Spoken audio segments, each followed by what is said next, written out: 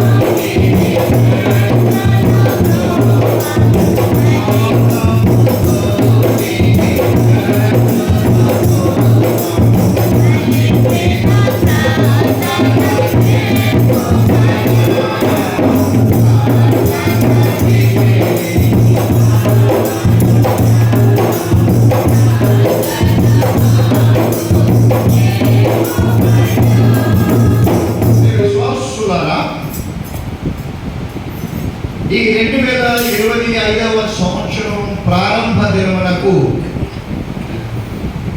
2 ప్రాధాన్యతలు ఉన్నవి. ఒకటి, మన రక్షకుడైన యేసు స్వామికి సున్నతి మరియు నామకరణము జరిగించినటువంటి దినము. రెండవది, మనందరి జీవితాలలో దేవుడు మనల్ని కరుణించి మరి యొక్క నూతన వచనాన్ని మనకు దయచేసి ఉన్నాం. ఈ 2 భాగాలను 2 విధాలుగా ధ్యానం చేయాలని నేను ఆశపడుతూ ఉన్నాను. మొదటిది సున్నతి మరియు నామకరణము. లూకాసు సువార్త మనం చదువుకుని ఉన్నాం. లూకాసు సువార్త 2వ అధ్యాయం, లూకాసు సువార్త 2వ అధ్యాయం 21వ వచనాన్ని నేను చదువుతున్నాను, దయచేసి ఆలోచించండి. ఆ శిశువునకు సున్నతి చేయవలసిన 8వ దినము వచ్చినప్పుడు గర్భమంతా ఆయన పడకముందు దేవదూత చేత పెట్టబడిన యేసు అని పేరు వారని ఆయనకు పెట్టిరి. What is this circumcision? సున్నతి అనగా నేమి? సున్నతి అనగా పురుషుని యొక్క జననాంగము ముందున్నటువంటి చర్మాన్ని మతపరమైనటువంటి కారణములకు కానీ వ్యక్తిగతమైనటువంటి పరిశుభ్రతకు కానీ కత్తిరించుట. కత్తిరించు. నేటికి కూడా యూదులలోనూ మహమ్మదీయులలోనూ ఈ సున్నతి కార్యక్రమము జరుగుతూ ఉన్నదనియు, ఈ సున్నతిలో ఉన్నటువంటి కొన్ని ఆధ్యాత్మికమైనటువంటి అంశాలను, సత్యాలను ధ్యానం చేయాలని నేను ఆశపడుతూ ఉన్నాను. ఏమిటి ఈ సున్నతికి ఉన్నటువంటి ప్రాధాన్యత? What is the importance or significance of circumcision? సున్నతి యొక్క ప్రాధాన్యత ఏమిటి? సున్నతి యొక్క ప్రాధాన్యత ఏమిటో ఆదికాండము 17వ అధ్యాయం, ఆదికాండము 17వ అధ్యాయం 10వ వచనాన్ని చదువుకుందాం. నాకును నీకును నీ తరువాత నీ సంతతికి నీ మధ్య మీరు కైకొనవలసినటువంటి నా నిబంధన ఏదనగా, దేవుడు మాట్లాడుతూ ఉన్నాడు, అబ్రహాముతో మాట్లాడుతూ ఉన్నాడు.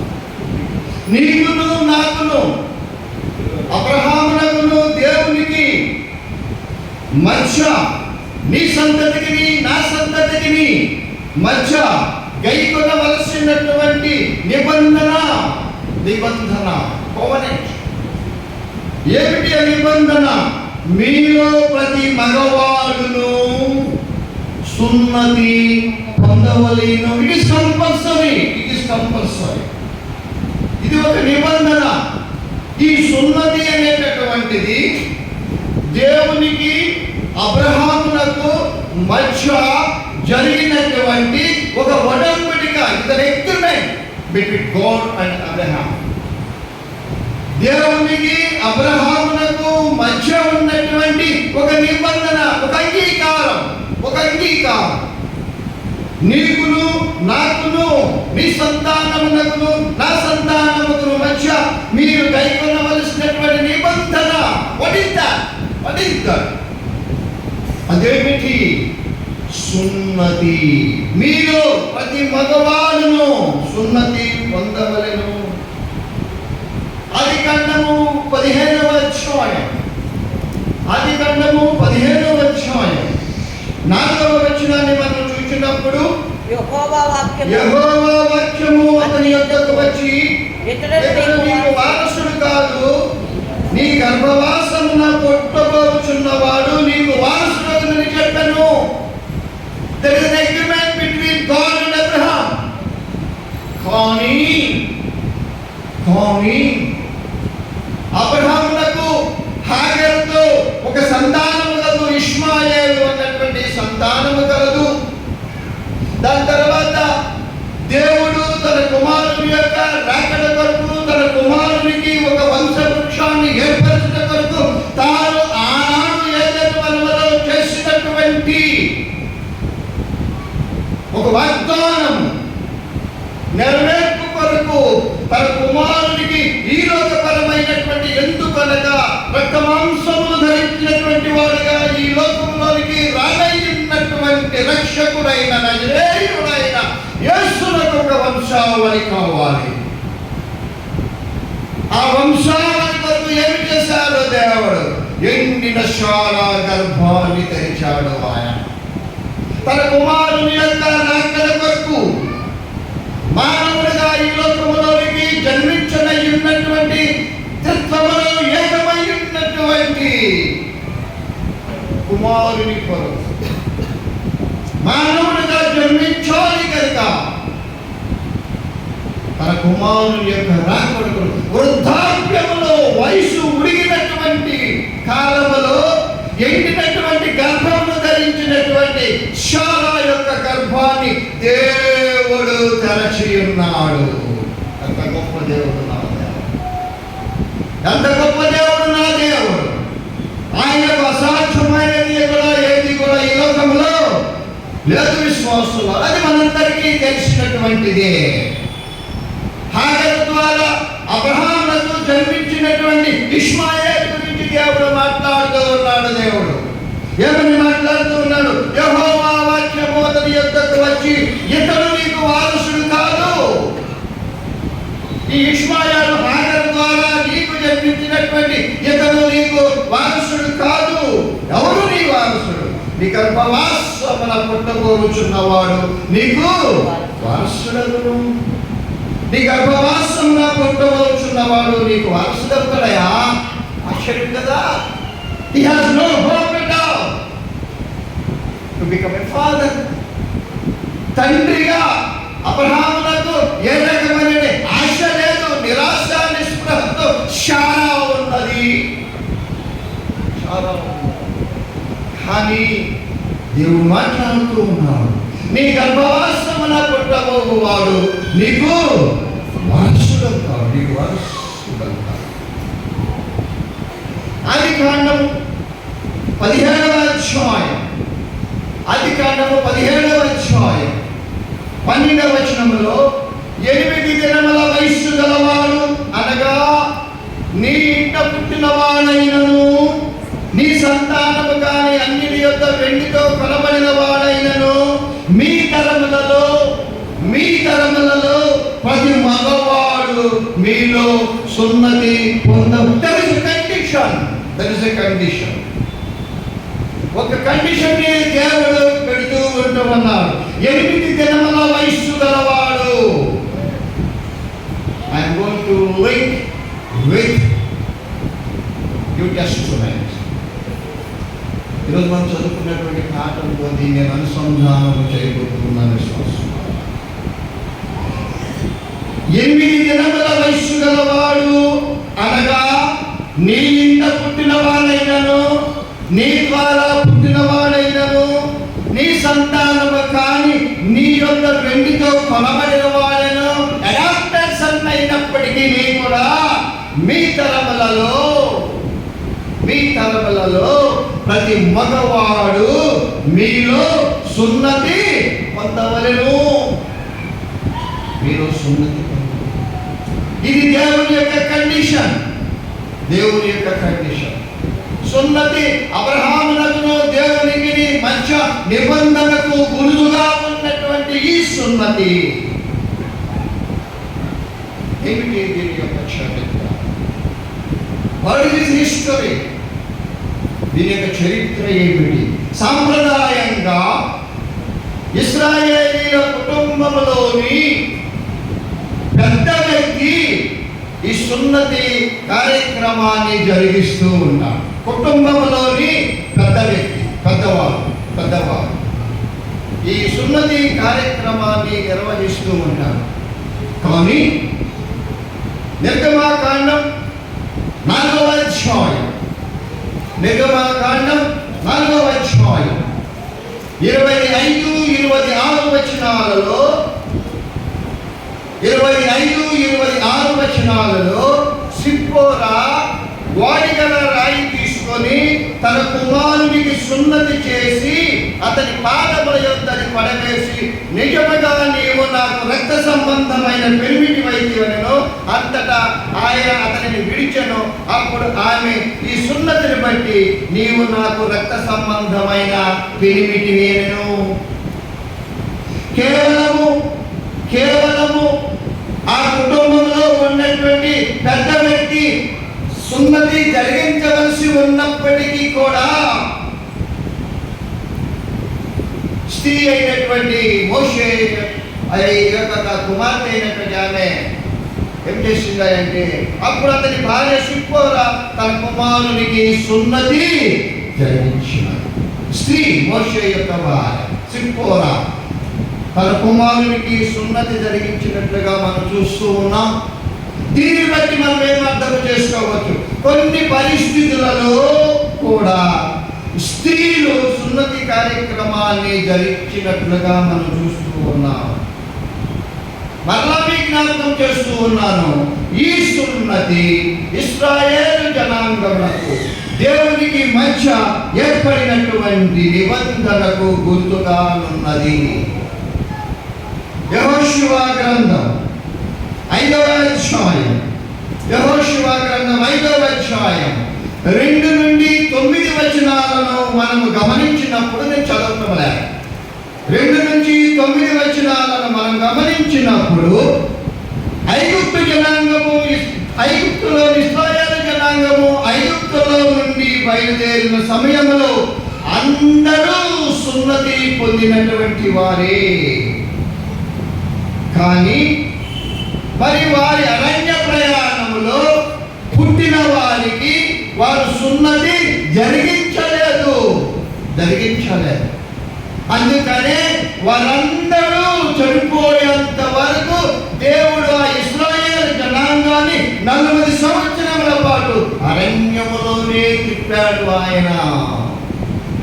ఐగుప్తు నుండి బయలుదేరినటువంటి వారు సున్నతి జరిగించుకున్నారు ఇశ్రాయేలు జనాంగము, కానీ వారు పుట్టినటువంటి బిడ్డలకు మాత్రము వారు సున్నతి జరిగించలేనందున వారిని దేవుడు 40 సంవత్సరముల పాటు అరణ్యములోనే ఆయన సంచరింపచేసి ఉన్నారు.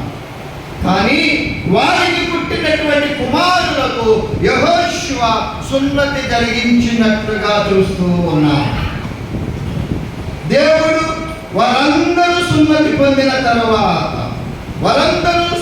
పొందిన తర్వాత వారి మీద నుండి ఐగుప్తు అవమానము వారి నుండి దొర్లిపోయినట్లుగా మనం చూస్తూ ఉన్నాం.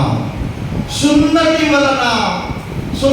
పొందుట వలన ఐగుప్తు యొక్క అవమానం అంతా కూడా దొర్లిపోయినట్లుగా మనం చూస్తూ ఉన్నాం.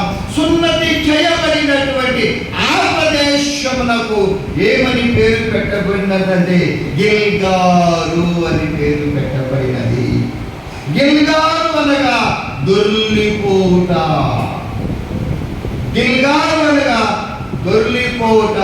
ఐగుప్తు జనాంగం మీదకి రావాల్సినటువంటి ఒక్కదంతా కూడా దొర్లిపోయినది.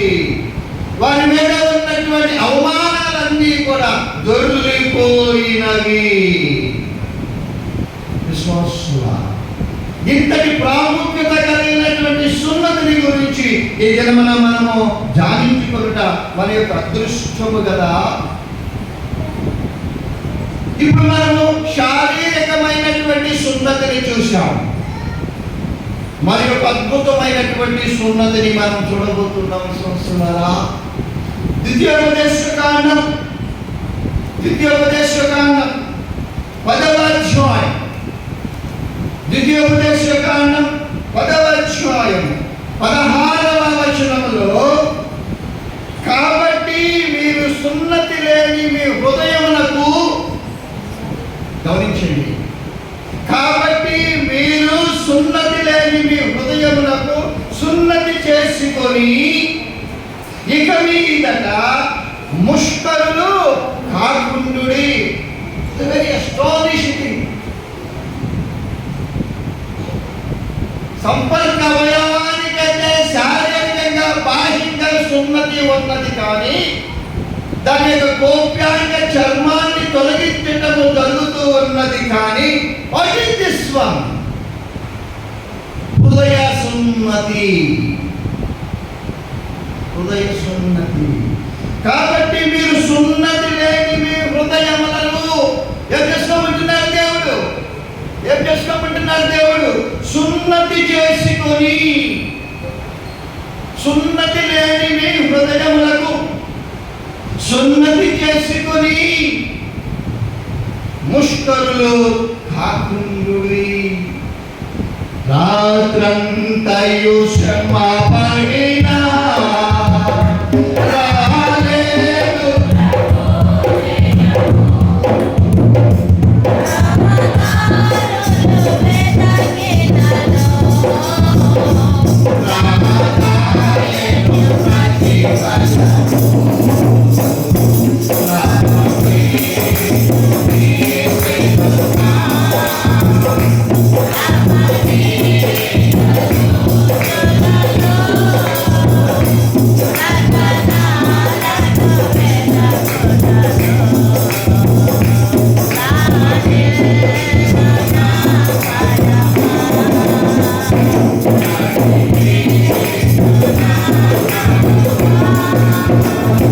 ప్రభు మార్గము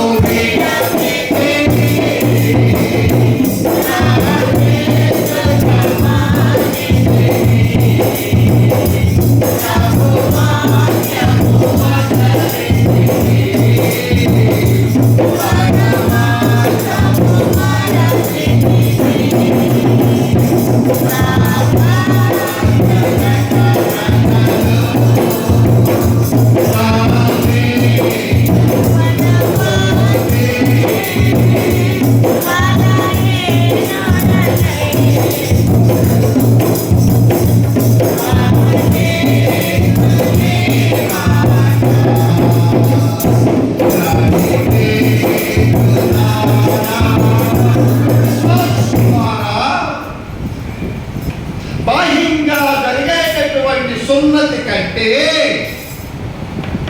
హృదయ సున్నతి చాలా ప్రధానమైనటువంటిది. How can we do it? How can we do it?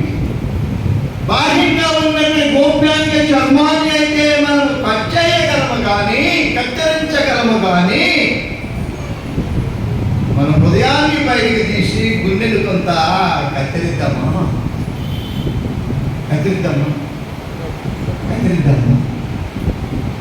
How far it is possible?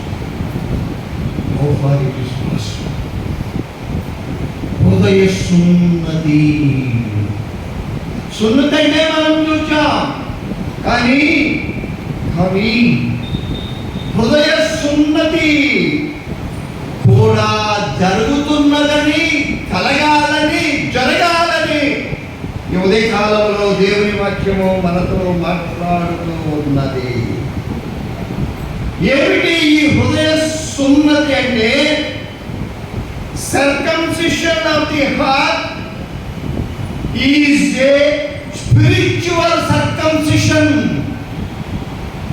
హృదయ సున్నతి అనగా ఇది ఆత్మీయ పరమైనటువంటి సున్నతి. That involves cutting off one's fleshy needs. హృదయ సున్నతి అంటే ఏమిటంటే ఇది ఆధ్యాత్మికమైనటువంటి స్పిరిచువల్ సున్నతి. ఈ సున్నతిని మనము ఎలా అమలు చేసుకోగలం, ఎలా జరిగించుకోగలం అంటే cutting of once fleshly nature. ఈ శరీర సంబంధమైనటువంటి తత్వాన్ని మనము తొలగించుకున్న ద్వారా ఈర్ష్య, ద్వేషము, అసూయ, జీవకుటుంబము అనేటటువంటి ఈ శరీర సంబంధమైనటువంటి అతిశయాలను we have to remove through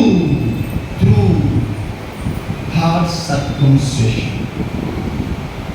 హృదయ సంబంధమైనటువంటి సున్నతి అంటే ఏమిటంటే ఈ లోకపరమైనటువంటి జీవపు డంబాలు, ఈ లోకపరమైనటువంటి అతిశయాలన్నింటినీ కూడా మనం కటా చేసుకోవటమే, తొలగించుకోవటమే హృదయ సున్నతి. For what? ఎందుకు? హృదయం మన్నేడు తల్లబోనాదా యేసునాథుడు హృదయం తల్లబోనాదా యేసునాథుడు దేశానికి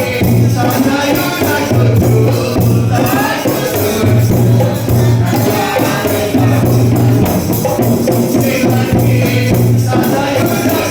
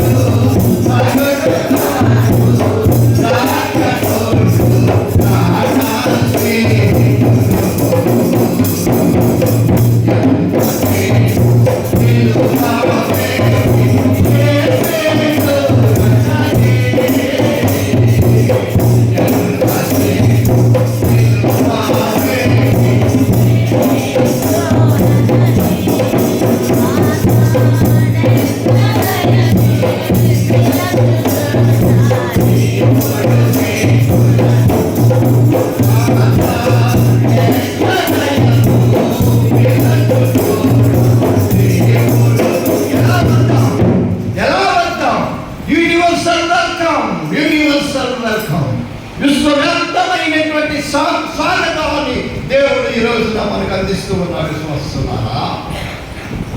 ఎలా వద్దాం, ఎలా వద్దాం, ఎలా వద్దాం?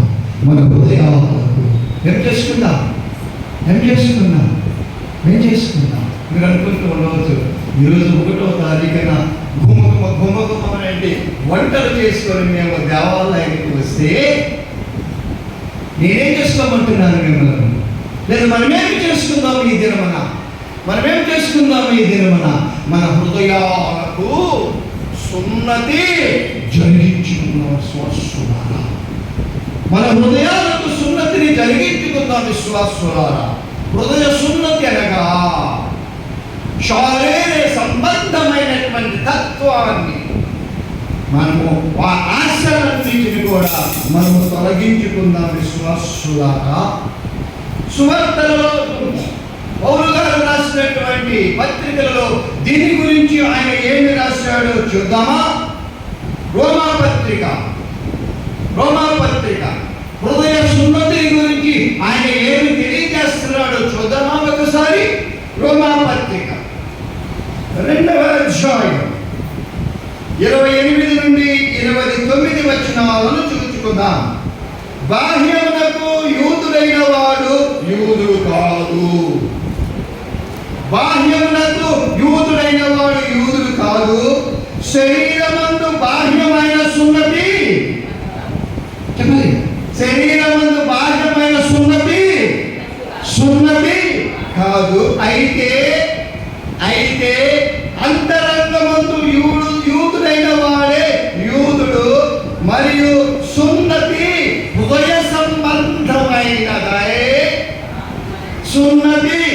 సంబంధమైనదై ఆత్మయందు జరుగునదే కానీ అక్షరముల వలన కలుగునది కాదు. ఈ హృదయ సున్నతి హృదయ సంబంధమైనది ఆత్మయందే జరుగును. స్పిరిచువల్ ఇది శరీర సంబంధమైనది కాదు. ఎప్పుడు శరీర సంబంధమైనది? యేసుక్రీస్తు వారు ఈ లోకంలోనికి రాకముందు పాత నిబంధన కాలములో ఇది శరీర సంబంధమైనటువంటిది. కానీ యేసు ప్రభువారు ఎప్పుడైతే ఈ లోకంలోనికి వచ్చి ఉన్నాడో ఈ సున్నతి హృదయ సంబంధమైనటువంటి సున్నతి ఆత్మయందు జరుగుతుంది కానీ అక్షరముల వలన కలిగినది కాదు. విశ్వాసులారా, కొలసీ పత్రిక 2వ అధ్యాయం 2వ అధ్యాయం 11వ వచనములో, మీరును క్రీస్తు సున్నతి యందు శరీరేచ్ఛలతో కూడిన స్వభావమును విసర్జించి ఆయన యందు చేతులతో చేయబడని సున్నతిని, చేతులతో చేయబడని సున్నతి, పాత నిబంధన కాలంలో జరిగినటువంటి సున్నతి, చేతులతో జరిగినటువంటి సున్నతి, గోప్యంగ చర్మాన్ని కత్తిరించడం బాహ్యంగా మానవుల యొక్క చేతులతో హస్తములతో జరిగినటువంటి సున్నతి. కానీ క్రీస్తు వారి లోకములోనికి వచ్చిన తర్వాత నీ హృదయములోనూ నా హృదయములోనూ జరగవలసినటువంటి సున్నతి చేతులతో చేయబడనటువంటి సున్నతి, హస్తములతో చేయబడినటువంటి సున్నతి. ఈ హృదయ సంబంధమైన దేని కోసము? శరీరేచ్ఛలను, స్వభావమును మనము వదిలివేయక. We have to leave. ఎంతమంది మనము ఈ దినమున ఇలాయనలో కూర్చున్నాం కానీ ఈ శబ్ద యంత్రము ద్వారా వినుచున్నటువంటి వారు కానీ, యేసయ్యను నమ్మిన వారేమి, యేసయ్యను విశ్వాసం ఉంచినటువంటి వారు కానీ ఆలోచన చేసుకున్నాం. ఏ విధమైనటువంటి సున్నతి నీకు నాకు కావలసి ఉన్నది? విశ్వాసులారా, శరీరాశలను వదిలివేసి హస్తములతో కాకుండా యేసు క్రీస్తు అనేటటువంటి లోక రక్షకుని యొక్క రక్తము ద్వారా, with the blood of Jesus Christ, శిలువ మ్రాను మీద ఆయన చిందించినటువంటి రక్తము ద్వారా we have to cleanse our hearts. మన హృదయాలను ఏం చేసుకోవాలి? శుభ్రము చేసుకోవాలి. That is the real circumcision of heart. అది నిజమైనటువంటి సున్నతి. ఇది హస్తములతో జరిగేది కాదు, ఇది హస్తములతో జరిగేది కాదు. ఇది యేసు క్రీస్తు వారిని ఆశ్రయించడం ద్వారా జరిగేటటువంటి సున్నతి. మరి ఒకటి చూద్దాము. ఫిలిప్పీ పత్రిక 3వ అధ్యాయం, ఫిలిప్పీ పత్రిక 3వ అధ్యాయం 3వ వచనంలో, ఎందుకనగా శరీరమును ఆస్పదము చేసుకొనక దేవుని యొక్క ఆత్మ వలన ఆరాధించుచు ఏ క్రీస్తు యేసునందు అతిశయపడుచున్న మనమే సున్నతి ఆచరించువారము. ఎవరు ఆశ్రయిస్తాం? ఆయన సున్నతిని, ఆయన హృదయాన్ని జరిగేటటువంటి, ఆయన ద్వారా మన హృదయానికి జరిగేటటువంటి సున్నతిని మనం మాత్రమే ఆచరించుకునేటటువంటి వారమై ఉన్నాం. ఎందుకనగా శరీరమును ఆస్పదము చేసుకొనకుండా, శరీరానికి లోబడకుండా, లోక ఆకర్షణల వైపు మన మనస్సులను కేంద్రీకృతం కాకుండా దేవుని యొక్క ఆత్మ వలన ఆరాధించు, వర్షిప్పింగ్ గాడ్. దేవుని యందు ఆత్మ వలన ఆరాధించు క్రీస్తు యేసునందున్న నన్ను అతిశయపడుచున్న మనమే సున్నతి ఆచరించేటటువంటి వారు.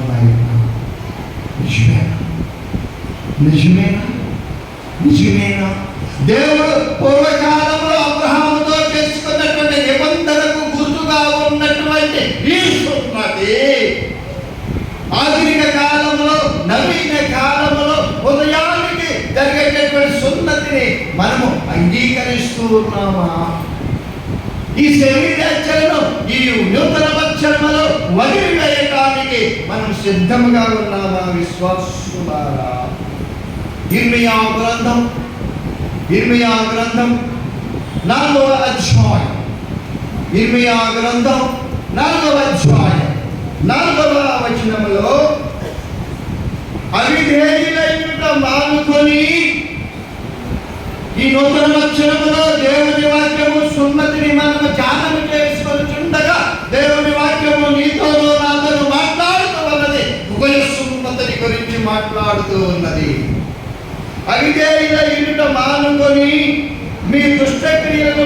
ఎవడను ఆర్పివేయలేనంతగా నా ఉగ్రత అగ్ని వలె కాల్చకుండునట్లు యూదా వారలారా, యెరూషలేము వారలారా, యెహోవాకు లోబడి ఉండుడి. We have to obey God. We have to obey God. ఈ క్షణం వరకు మనము ఏ విధమైనటువంటి విధేయతను కలిగి ఉన్నామో నీవు నేను ఒకసారి ఆత్మ పరిశీలన చేసుకున్నామా? ఆత్మ పరిశీలన చేసుకున్నామా? ఆనాడు బాహ్య సున్నతి జరిగినది.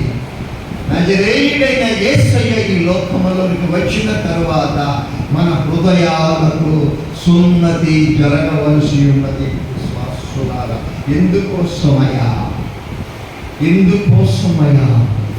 లేవియకాండం 11వ అధ్యాయం, లేవియకాండం 11వ అధ్యాయం 44వ వచనంలో, నేను మీ దేవుడైన యెహోవాను, నేను పరిశుద్ధులను కనుక మీరును పరిశుద్ధులై ఉన్నట్లు మిమ్మును మీరు పరిశుద్ధ. మిమ్ములను మీరు పరిశుద్ధులై, ఎందుకనగా నేను పరిశుద్ధుడనై ఉన్నాను గనక. మనము నమ్మినటువంటి దేవుడు, మనము విశ్వసించినటువంటి దేవుడు, ఆయన లేకుండా బ్రతకలేము అన్నటువంటి ఆలోచన ధోరణితో మన జీవిత యాత్రను కొనసాగిస్తూ ఉన్నటువంటి మనం 2024వ సంవత్సరం అంతా కూడా దేవుడు మనల్ని కాచి కాపాడిన విధానాన్ని బట్టి 2025వ సంవత్సరంలో దేవుడు మనల్ని ప్రవేశపెట్టి ఉండగా దేవుని వాక్యము మనతో మాట్లాడుతూ ఉన్నది. అదేమనగా మిమ్మును మీరు పరిశుద్ధ పరచుకొనుడి. ఎలా? ద్వితీయోపదేశకాండం 6వ అధ్యాయం, 5వ వచనములో, నీ పూర్ణ హృదయముతోనూ, నీ పూర్ణ ఆత్మతోనూ, నీ పూర్ణ శక్తితోనూ నీ దేవుడైన యెహోవాను. We have to love the Creator. We have to love the Creator. తన నోటి మాటతోనే సకల బ్రహ్మాండములను సృజించినటువంటి సృష్టికర్త అయినటువంటి దేవుని మనము ప్రేమింపవలెను. పై ప్రేమ కాదు, పెదవులతో ఉండేటటువంటి ప్రేమ కాదు, నాలుకతో పలిగేటటువంటి ప్రేమ కాదు. నీ పూర్ణ హృదయముతోను, నీ పూర్ణ ఆత్మతోను, నీ పూర్ణ శక్తితోను నీ దేవుడైన యెహోవాను ప్రేమింపవలెను. యెహోవా నా బలమా,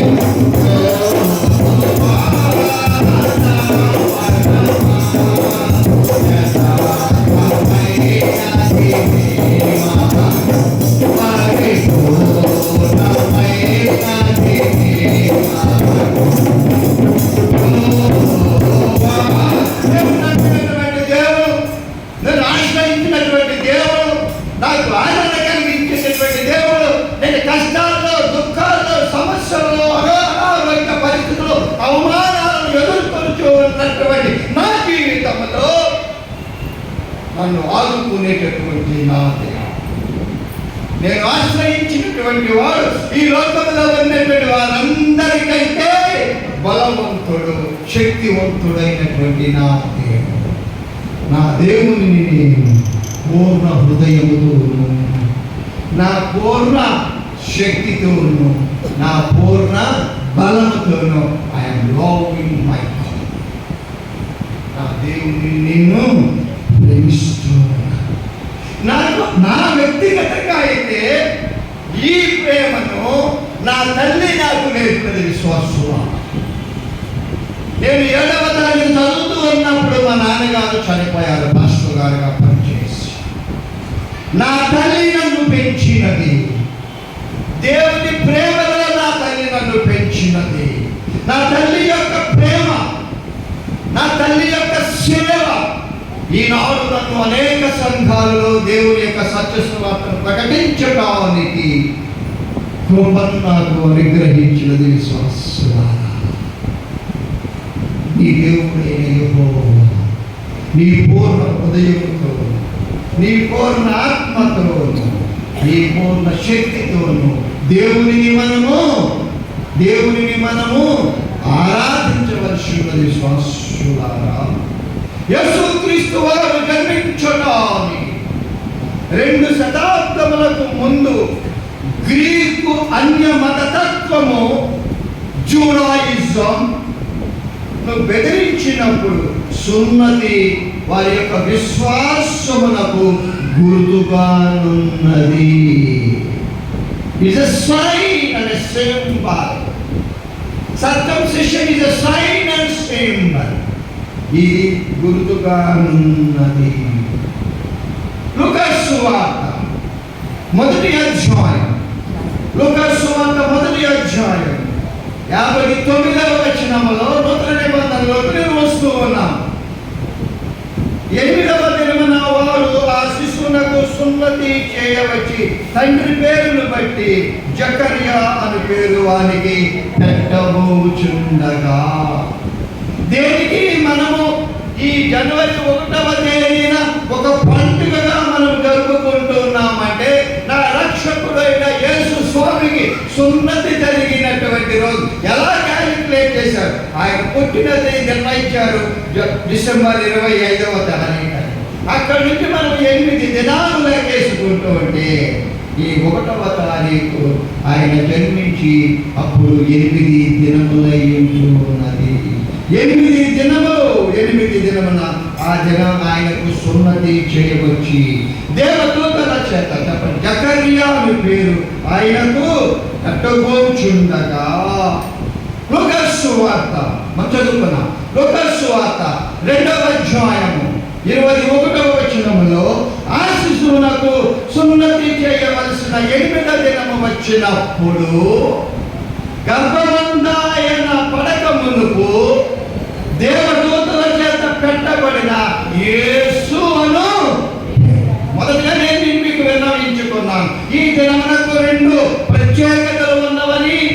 ఒకటి, లోక రక్షకుడైన యేసయ్యకు సున్నతి జరిగించి ఆయనకు నామకరణము చేసిన సుదినమని నేను విన్నవించుకున్నాను విశ్వాసులారా. 8వ దినమున ఆయనకు సున్నతి చేయవలసిన 8వ దినమున వచ్చినప్పుడు గర్భమందాయన పడకమునకు దేవదూత చేత పెట్టబడినటువంటి యేసు అని పేరు నామకరణం చేశారు. ఆయనకు నామకరణం చేశారు. చూడండి, ఫిలిప్పీ పత్రిక 3వ అధ్యాయం, ఫిలిప్పీ పత్రిక 3వ అధ్యాయం 5వ వచనములో పౌలు గారు సాక్ష్యము చూడండి విశ్వాసులారా. పౌలు గారి యొక్క సాక్ష్యము చూడండి. 8వ దినమున సున్నతి పొందితిని. ఎవరు మాట్లాడుతున్నారు?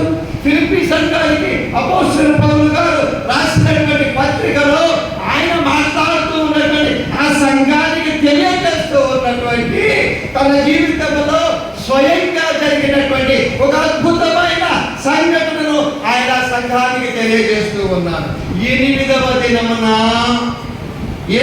దినమున సున్నతి పొందితిని.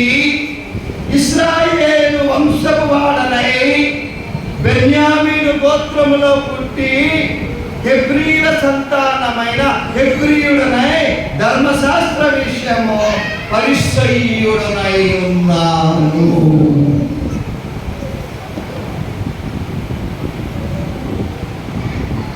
సౌలు పౌలుగా మారినటువంటి తరువాత అనేక సంఘాలకు ఆయన ఉత్తరాలు రాస్తూ, ఆ సంఘాలకు దిద్దుబాటు లేఖలు రాస్తూ, తన యొక్క జీవితంలో జరిగినటువంటి విషయాన్ని ఆ ఫిలిప్పీ సంఘానికి ఆయన తెలియజేస్తూ ఉన్నారు. 8వ దినమున సున్నతి పొందితిని. బాప్తిస్మమిచ్చు యోహాను, యేసుక్రీస్తు వారు తార్సుకు చెందిన సౌలు పౌలుగా మారి 8వ దినమున నేను సున్నతి పొంది ఉన్నానని తెలియజేస్తూ, ఈ సున్నతి దేనికి గుర్తుగా ఉన్నది అంటే దేవుని జనాంగమునకు గుర్తుగా ఉన్నది. దేవుని జనాంగమునకు గుర్తుగా ఉన్నది. ఆయన సున్నతి పొందిన తర్వాత మాత్రమే ఆయనకు యేసు అనే నామకరణము జరిగి ఉన్నది. మన ప్రభు అయిన యేసుక్రీస్తు వారు సున్నతి పొందినను బాప్తిస్మమిచ్చు యోహాను చేత బాప్తిస్మము పొంది ఉన్నారు విశ్వాసులారా. ఎందుకు మన రక్షకుడైన యేసు స్వామి ఈ 2 పొంది ఉన్నాడంటే, ఒకటి సున్నతి కుటుంబ ఆచారము, బాప్తిస్మము సంఘాచారము. సున్నతి కుటుంబ ఆచారము, బాప్తిస్మము సంఘ ఆచారము. ఒక విషయాన్ని మీకు నేను జ్ఞాపకం చేసి నూతన సంవత్సర సందేశంలోనికి నేను వెళ్తాను. As the first day represents the day of creation, ఈ సృష్టిలో మొదటి రోజు సృష్టి నిర్మాణాన్ని తెలియజేస్తూ ఉంటే, as the first day represents the day of creation in the scriptures, లేఖనాల్లో తెలియజేస్తూ ఉంటే, the 8th day in the old covenant often represented the new creation. అన్న ఇంగ్లీష్ లెక్చర్, బ్యూటిఫుల్ లెక్చర్. సృష్టిని ప్రారంభమైనది మొదటి రోజున సృష్టి ప్రారంభమైతే, the first day represents the creation. The 8th day in the old covenant often represented the new creation. 8వ దినమునకు చాలా ప్రాధాన్యత ఉన్నది. పరిశుద్ధ గ్రంథంలో మొదటి దినము దేవుడు సృష్టిని సృష్టించడం, మొదటి దినమున సృష్టి ఆరంభమైతే, నూతన నిబంధనలో యేసు స్వామి వారికి సున్నతి జరిగించినటువంటి 8వ దినము, it represents the new creation. నూతన సృష్టి. యేసుక్రీస్తు రక్తము చేత కలుగవలసినటువంటి మన అందరికీ కూడా we are all new creation in Christ of Savior. నీవు నేను రక్షకుడైన యేసు స్వామి ద్వారా we became new creation. నూతన సృష్టిగా మనము మార్పు చెందుతూ ఉన్నాము విశ్వాసులారా. ఇది మన ఒక అద్భుతమైనటువంటి చరిత్రలో జరిగినటువంటి యేసుక్రీస్తు వారి యొక్క జీవితంలో కూడా జరిగినటువంటి సున్నతిని గురించి మనము ధ్యానం చేసుకొని ఉన్నాము. ఆనాడు పాత నిబంధన కాలంలో జరిగినటువంటి సున్నతి శారీరక సంబంధమైనటువంటి సున్నతి, బాహ్య సున్నతి, external circumcision or bodily circumcision, శరీర సంబంధమైనటువంటి సున్నతి.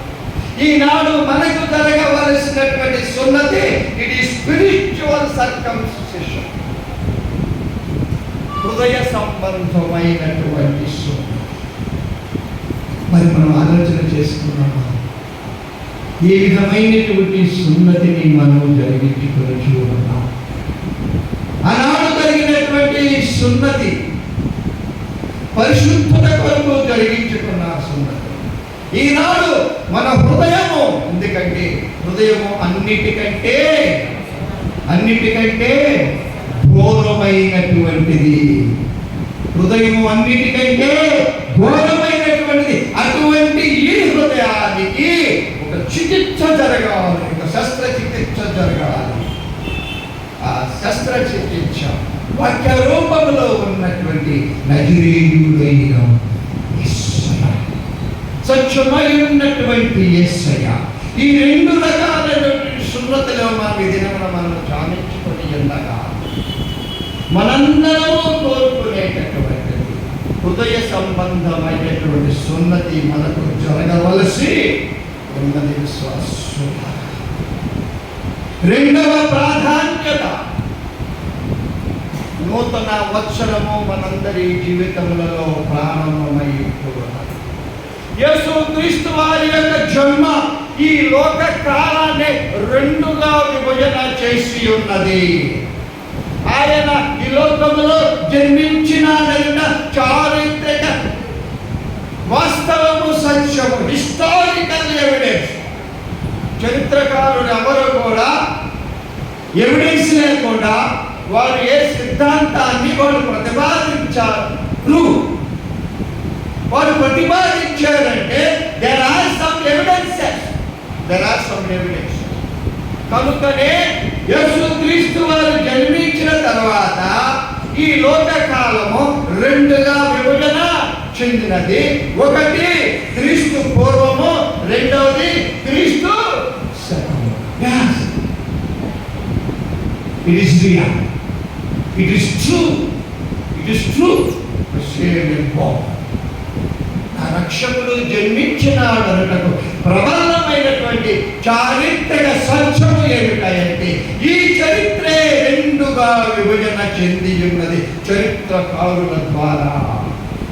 ఒకటి క్రీస్తు పూర్వము, క్రీస్తుకు ముందు. రెండవది క్రీస్తు. జఫన్యా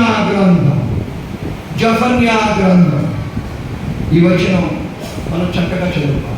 జఫన్యా గ్రంథం 2వ అధ్యాయం, జఫన్యా గ్రంథం 2వ అధ్యాయం 1వ వచనంలో పొట్టు గాలికి ఎగురునట్లు సమయము గతించుచు ఉన్నది. పొట్టు గాలికి ఎగురునట్లు సమయము గతించుచు ఉన్నది. మన రైస్ మిల్ దగ్గర ఓకంతా కూడా బయటికి వచ్చేసి గుట్టగా పోసేస్తారు. అక్కడ పెద్ద ఫ్యాన్ పెట్టండి, ఆ ఓకేపైకి కదిలిందా కదలదా? మన రెప్పపాటులోనే ఆ ఓకంతా కూడా కొట్టుకొని చూడండి. మనము 2024వ సంవత్సరం ప్రారంభంలో ఎప్పుడు వస్తుందా 2024 2024 అని మనం ఎదురు చూచాం. తరువాత 12 నెలలు ఎలా గడిచిపోయినాయో, 12 నెలలు ఎలా గడిచిపోయాయో మనం ఆలోచన చేసుకుంటే మనకు ఆశ్చర్యము. 365 రోజులు ఎలా గడిచిపోయాయో కదా. పొట్టు గాలికి ఎగురున్నట్లు సమయము గతించిపోచు ఉన్నది. 2024వ సంవత్సర ప్రారంభము నుండి 2024వ సంవత్సరము ముగించి నూతన సంవత్సరములోనికి మనందరమును ప్రవేశించుట దేవుడు మన అనుగ్రహించినటువంటి గొప్ప బహుమానమై ఉన్నది. యెషయా గ్రంథం 55వ అధ్యాయం 1 నుండి 13 వచనాలలో మనము గమనించినప్పుడు 1వ వచనములోనే దప్పిక కొనిన వారలారా నీళ్ళ యొద్దకు రండి.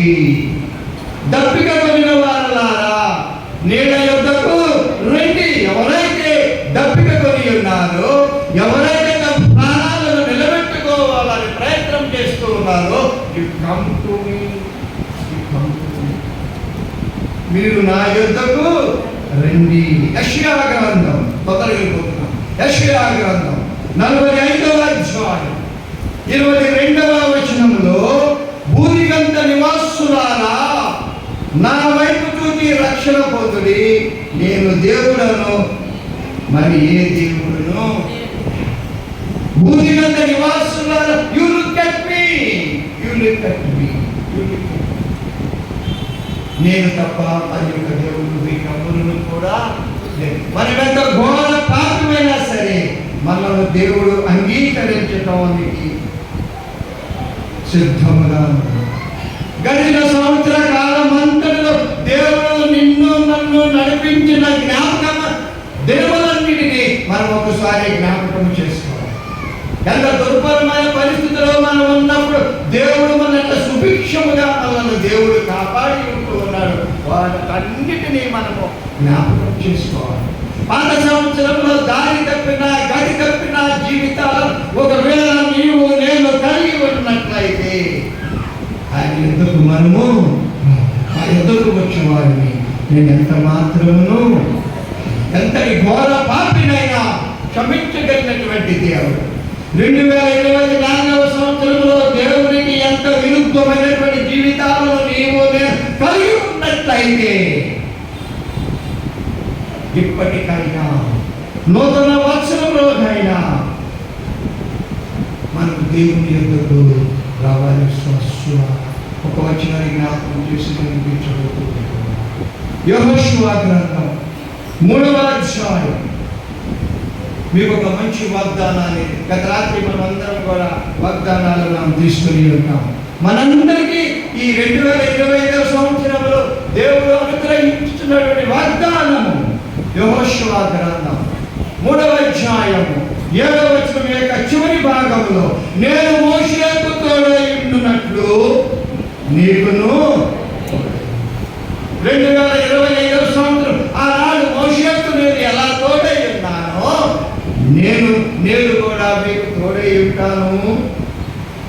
నీకు తోడై ఉందనని ఇశ్రాయేలు ఎరుగునట్లు నేడు వారి కన్నుల ఎదుట నిన్ను గొప్ప చేయ మొదలు నిన్ను తలగానే ఉంచుతాను, కానీ నేను తోకగా మాత్రం నిన్ను. 2025వ సంవత్సరము ఎలా ఉంటుందని మనం ఆలోచన చేస్తూ ఉంటూ ఉన్నాం. మన భవిష్యత్తు మన చేతుల్లో లేదు. మన కాలగతులు మన చేతుల్లో లేవు. ఎవరి చేతుల్లో ఉన్నాయి?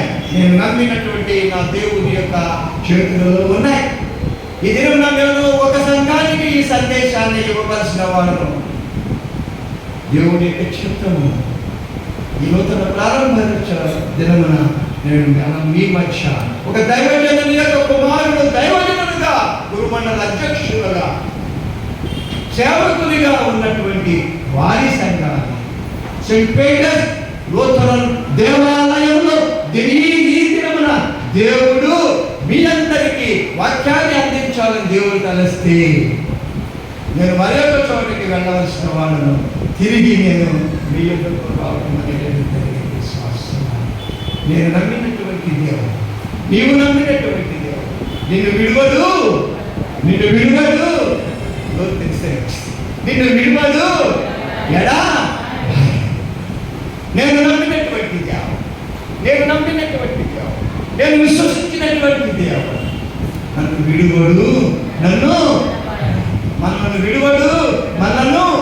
2025వ సంవత్సరంలో మనందరికీ దేవుడు ఇస్తున్నటువంటి వాగ్దానం, నిన్ను విడువను,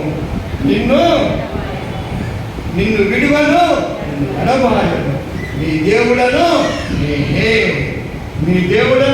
నేను దేవుడు మనకు తెలియచేస్తూ ఉండగా ఈ దినము ఎంతటి సుదినమున మీ అందరితో కలిసి నా కుటుంబంతో కలిసి దేవుని యొక్క వర్తమానాన్ని అందించడం దేవుడు నాకు అనేది సమయము ఆయుష్ని బట్టి నా యేసయ్యకు వందనములు చెల్లిస్తూ ఆహ్వానించినటువంటి గురుమండల అధ్యక్షులుగా రెవరెండ్ కుమార్ గారికి వారి కుటుంబాన్ని ఆశీర్వాదం అన్నారు.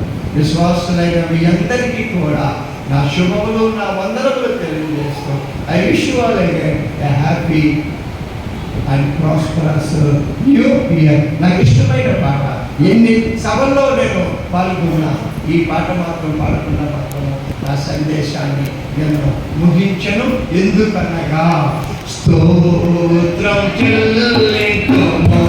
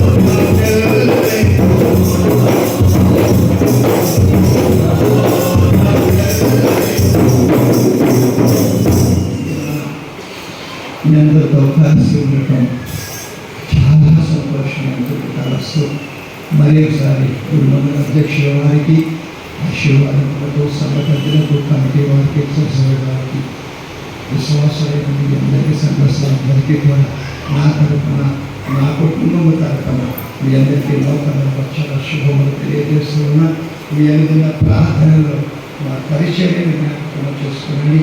తెనాలి పట్టణంలో మీరు నిర్వహిస్తున్నటువంటి సెయింట్ పాల్స్ వొకేషనల్ జూనియర్ కళాశాలను మీరు జ్ఞాపకం చేసుకొని అనేక సంఘాల్లో నా తల్లి తండ్రి విడిచిపెట్టి వెళ్ళినటువంటి పరిచర్యను నేను కొనసాగిస్తూ ఉండగా దేవుడు తన వాక్యంలో ఉన్నటువంటి అనేక మర్మాలు నాకు తెలియజేయనట్లుగా నేను ప్రార్థనలో జ్ఞాపకం చేసుకున్నవలసిందిగా నేను మనం చేసుకుంటున్నాను. దేవుడు మనందరినీ తన చల్లని రెక్కల చోటున 2025 సంవత్సరం అంతా కాచి పాడు కాక.